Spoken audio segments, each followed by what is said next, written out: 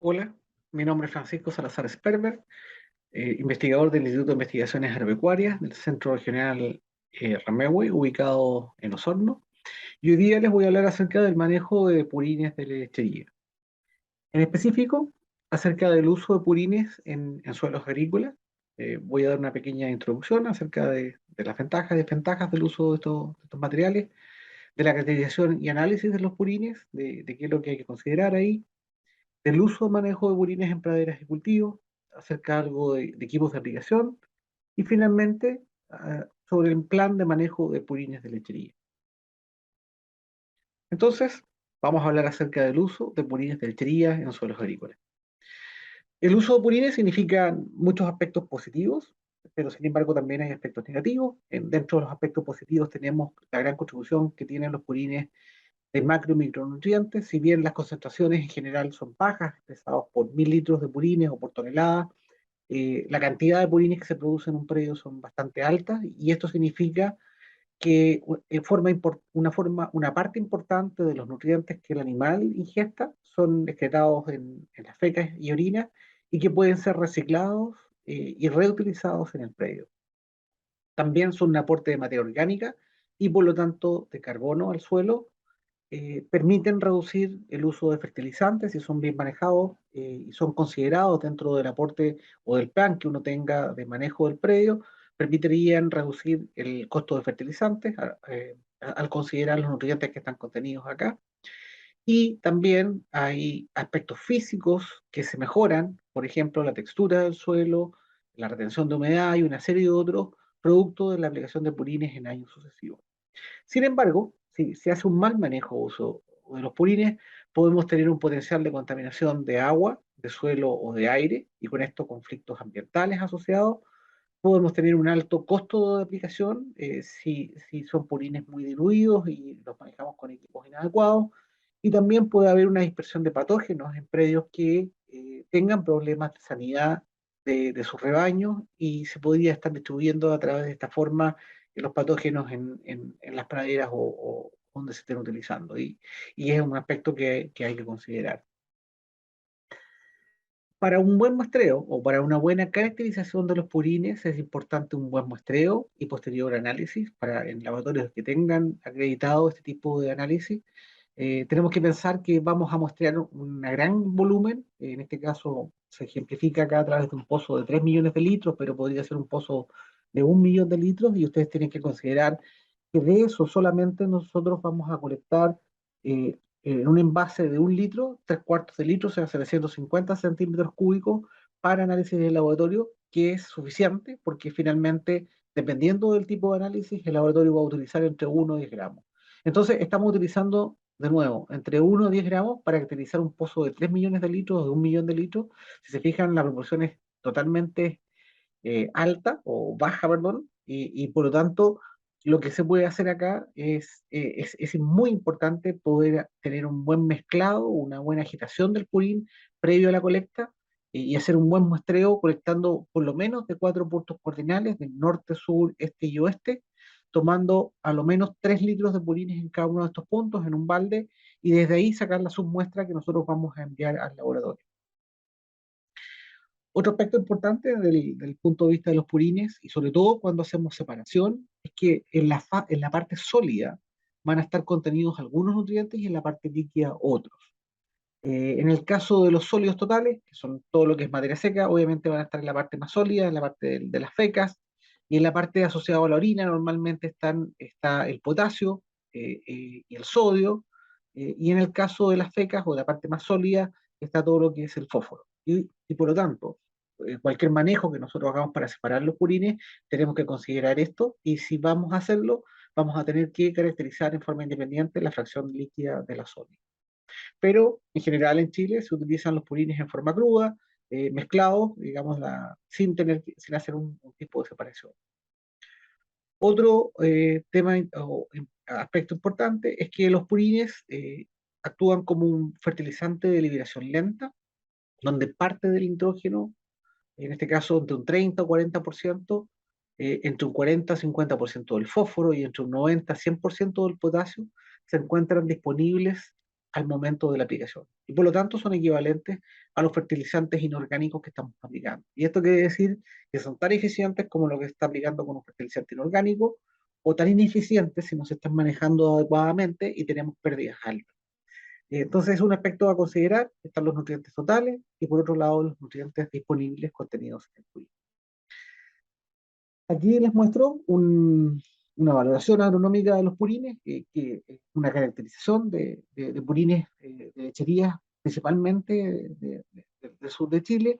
y también un trabajo que se hizo hace algunos años en preguntar en los distintos predios donde fuimos si conocían o no las dosis que se estaban aplicando, y solamente un 25% de los productores conocía cuánto es lo que se estaba aplicando. Otros solamente tenían alguna estimación de los volúmenes y otros finalmente no conocían cuánto se estaba aplicando, y la mayoría no sabían qué contenido de nutrientes se estaban aplicando. Y esto es algo que hay que mejorar. En los predios tenemos que considerar el aporte de nutrientes, ya sea a través del uso de tablas como esta, a través del envío de muestras para caracterización de los purines de los que tenemos en los predios, o el uso de una relación entre la materia seca y el contenido de nutrientes, que se lo voy a mostrar a continuación. Aquí les quiero destacar que en general los purines que caracterizamos tienen un contenido de materia seca de 2,7%, pero varían entre un 0,2 y 13,7%. Esto significa, este contenido de 0,2 significa purines muy diluidos, con mucha agua dentro del que está llegando al purín, y por otro lado, cercano a 14% es casi una mezcla de fecas y orina. Entonces tenemos distintas situaciones dependiendo de los distintos predios. Lo otro importante a destacar acá es que a mayor contenido de materia seca, mayor contenido de nutrientes. Por lo tanto, los purines más espesos tienen mayor aporte de nutrientes por tonelada que purines muy líquidos.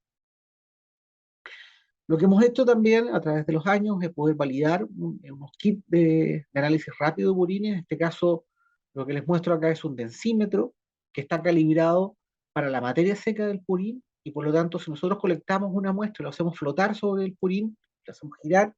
nos va a dar un valor de materia seca, que en este caso es 4%, y ese valor que está ahí, que es 4%, lo podemos relacionar con el contenido de nitrógeno, de fósforo y de potasio total. Y si nosotros aplicamos 50.000 litros de purines, lo que tenemos que hacer es multiplicar 50 por estos valores, y finalmente llegamos al aporte de 83,5 kilos de nitrógeno, 33,5 kilos de fósforo y 63,5 kilos de potasio, lo cual nos permite determinar o estimar el contenido de nutrientes que estamos haciendo con la aplicación de purines, y debiéramos reducir la fertilización inorgánica que se está haciendo en el predio. ¿Qué dosis entonces aplicar en praderas de cultivo? Aquí es clave los requerimientos de nutrientes y también la disponibilidad, que la hemos conversado. Por otro lado, el aporte del suelo, y complementar con fertilizantes inorgánicos. Tenemos que saber cuál es el nivel de fertilidad del suelo, y evitar, por ejemplo, que se produzcan desbalances de nutrientes. Cuando hacemos aplicaciones en años sucesivos de purines, normalmente el potasio aumenta mucho y hay una dificultad o inhibición de la absorción de magnesio en las plantas, y se puede producir, por ejemplo, hipomagnesemia en las vacas. También otro aspecto importante a considerar cuando determinamos una dosis, en qué época la estamos aplicando. Si estamos idealmente evitar invierno y evitar verano, que son las épocas más críticas, una por la posibilidad de contaminación de agua o de escurrimiento hacia napas subterráneas, y en verano por la volatilización de amoníaco. Deberíamos utilizar, si es que tenemos que aplicar purines, utilizar dosis mucho más bajas en esta época. También hay aspectos físicos en el suelo y o el cultivo donde lo estamos aplicando. Si aplicamos una gran cantidad sobre una superficie de pradera, podríamos estar sofocando la pradera o dañándola. Y también eh, podemos cambiar la dosis dependiendo si es un suelo descubierto versus un cultivo en crecimiento. Si nosotros lo aplicamos sobre un suelo descubierto, podemos incorporarlo con maquinaria y hacer muy eficiente la aplicación. Y finalmente, los equipos también con los que estemos aplicando, las distintas dosis de aplicación también están determinadas por los equipos. Si tenemos un carro, si tenemos un equipo de aspersión, podemos trabajar con purines con distintos contenidos de materia seca, y esto significa tener que hacer un manejo de acuerdo a lo que estamos nosotros obteniendo en el predio, en cuanto a los contenidos de materia seca del purín. Por ejemplo, un carro puede aplicar fácilmente purines con un 4 o 5% de materia seca, pero un equipo de irrigación, de irrigadores móviles, no aplican con purines normalmente bajo 2% de materia seca, e idealmente purines con que han tenido un sistema de separación. Entonces, para determinar qué dosis aplicar en los cultivos, nosotros deberíamos ir sobre un nutriente, que va a ser nuestro nutriente objetivo, que puede ser nitrógeno, fósforo, potasio, que va a estar dado por el suministro que tenga el suelo, por un lado, el suministro que tenga el purín, y finalmente complementar con fertilizante inorgánico. ¿Ya? Esto debiera ser complementario. Siempre la aplicación de purines debe ser complementada o debiera ser complementada con fertilizante inorgánico o viceversa, pero no aplicar uno o el otro sin considerarlo en su forma aislada, digamos. O sea, no, en otras palabras, no sobre aplicar nutrientes por la aplicación de purines y de fertilizantes inorgánicos. Lo que quiero mostrar acá a través de estas imágenes es qué es lo que son aplicaciones equivalentes a 30.000, 60.000, 90.000 y 180.000 litros de purines por hectárea sobre una pradera, y se puede ver claramente que una aplicación de 180.000 provoca, queda tan espeso que provoca un daño en las plantas, provoca también daño, puede reducir el hecho de que puedan ingresar los animales en los ciclos de pastoreo, que son muy cortos en primavera, y por rechazo de los animales, porque hay material todavía de purín sobre la pradera, las vacas no van a comer esa pradera, y por lo tanto deberíamos estar utilizando dosis más bajas. O sea, por un lado tenemos el aporte de nutrientes, y por otro lado la parte, los aspectos físicos de la aplicación de los purines, que en el caso de hacer aplicaciones sobre suelos barbechados, como ustedes ven acá, que en este caso son materiales sólidos separados, o puede ser purines que estemos aplicando, pero que si lo incorporamos en el suelo, permite poder hacer aplicaciones mucho más altas de purines sin tener ese daño sobre la pradera. Aquí hay ejemplos de purines que se están aplicando a una pradera para ensilaje, en este caso una pradera que se estima una producción de 4,5 toneladas de materia seca con un purín de 2% versus un purín de 6%. Estos son análisis de purines y si se recuerdan, a mayor contenido de materia seca, mayor contenido de nutrientes y ahí está la diferencia. Entonces, si nosotros, estos son los requerimientos de la pradera para esta dosis, para este rendimiento, nosotros vamos a lograr cumplir el 100% de los requerimientos de nitrógeno si aplicamos 88.000 litros de purín de 2% o si aplicamos 41.000 litros con un 6%. Y aquí está el balance, está lo que está el aporte, ¿cierto?, de los nutrientes por esas dosis de purines aplicados, y por lo tanto el balance aquí es cero en el caso de nitrógeno, estamos excedidos un poco en fósforo y nos está faltando potasio, que deberá ser complementado, los nutrientes que están deficitarios deberán ser complementados con fertilizantes inorgánicos, pero logramos cubrir nitrógeno y fósforo con los purines. Lo que sí, de nuevo, hay que considerar la disponibilidad de nutrientes y recuerden que entre un 30 y 40% solamente de este nitrógeno es equivalente al fertilizante comercial o inorgánico. Es muy importante la valoración agronómica, y la valoración agronómica pasa por saber cuánto es lo que tenemos nosotros en nutrientes. En este caso, les muestro un ejemplo de un pozo de 500 metros cúbicos y cuáles serían los contenidos de nutrientes que hay ahí en equivalente a fertilizantes comerciales. Si nosotros tenemos un purín de 1% materia seca, de 4% materia seca o de 8% materia seca, estas son las cantidades de nutrientes que estarían aportando esos 500 mililitros. Y si se ven, de nuevo, la diferencia entre los purines muy diluidos a purines o purines más espesos, cercanos o de 8% materia seca. Finalmente, si lo llevamos al equivalente en fertilizantes, pesados como urea, como superfosfato triple, como boniato de potasio, podemos ver que el aporte que haría un purín de 1% materia seca sería de 2,8 toneladas de fertilizante equivalente, el 4% de 4,3 toneladas de fertilizante y el de 8% de 6 toneladas. Si lo llevamos a precio de hoy día, eso es un aporte muy importante desde el punto de vista de nutrientes y también desde el punto de vista de en la economía, digamos, de cuánto sería lo posible de reducir la fertilización inorgánica y cuánto estaría aportando en forma real el cultivo. En cuanto a los equipos de aplicación existentes en el país, hay muchos de estos que están ya en el país y que están siendo utilizados, es cierto, tenemos equipos de aplicación en superficie, como los que están al lado derecho, que es pistones de alta presión, irrigador móvil o carro purinero, versus equipos que están aplicando una aplicación en superficie o bajo el suelo, una aplicación más localizada. Y así quedaría una aplicación de 50.000 litros de purines con estos equipos de aplicación en superficie versus estos equipos de aplicación localizada. Nosotros deberíamos tratar de evitar el uso de pistones de alta presión porque no permiten hacer una aplicación controlando una dosis adecuada. Estos equipos aplican a 30 metros de radio o 40 metros de radio el purín a una alta presión y generan una microgota que puede ser derivada hacia otros lugares y que puede causar problemas por olores. Entonces, se debiera estar restringiendo el uso de estos equipos para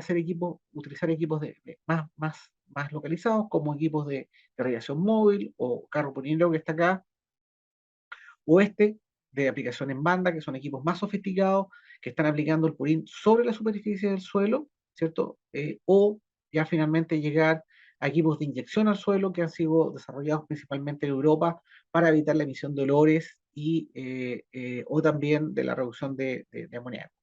pero haciendo una aplicación con buenas prácticas, haciéndola con condiciones, digamos,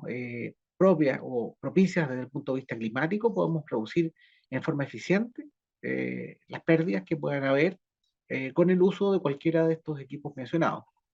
a excepción de los equipos de alta presión, que es mucho más difícil controlar cuánto se está aplicando. Finalmente, es importante contar con un plan de manejo de purines en el predio. Aquí se muestra un ejemplo de una lechería eh, donde ha sido eh, hecho un plano seleccionando todos los sectores de la lechería, y lo que ustedes ven en colores verdes son las superficies o predios o potreros donde no hay ninguna restricción para aplicar purines. Lo que está en naranjo son con algún tipo de restricción, por ejemplo, en invierno de potreros muy blandos o problemas de acceso de los carros o de los equipos que estemos aplicando, y en rojo es la superficie que no se debe ir a aplicar nunca, en este caso cercano a una carretera o cercano a una línea del tren o cercano a las casas, donde nosotros deberíamos estar evitando las aplicaciones. Y por lo tanto, si tenemos una lechería, no el 100% de la superficie está disponible para la aplicación de purines, sino que podría ser cercano al 70% a lo mejor, y esa es la superficie efectiva donde podemos aplicar. Entonces, si por un lado sabemos cuánto purín producimos al año o mensualmente, sabemos por otro lado cuál es la superficie que tenemos disponible. Y ahí tenemos la dosis eh, promedio que deberíamos estar aplicando en cada uno de los potreros. Muchas gracias y espero que hayan disfrutado el video y que el manejo eficiente de los purines les permita tener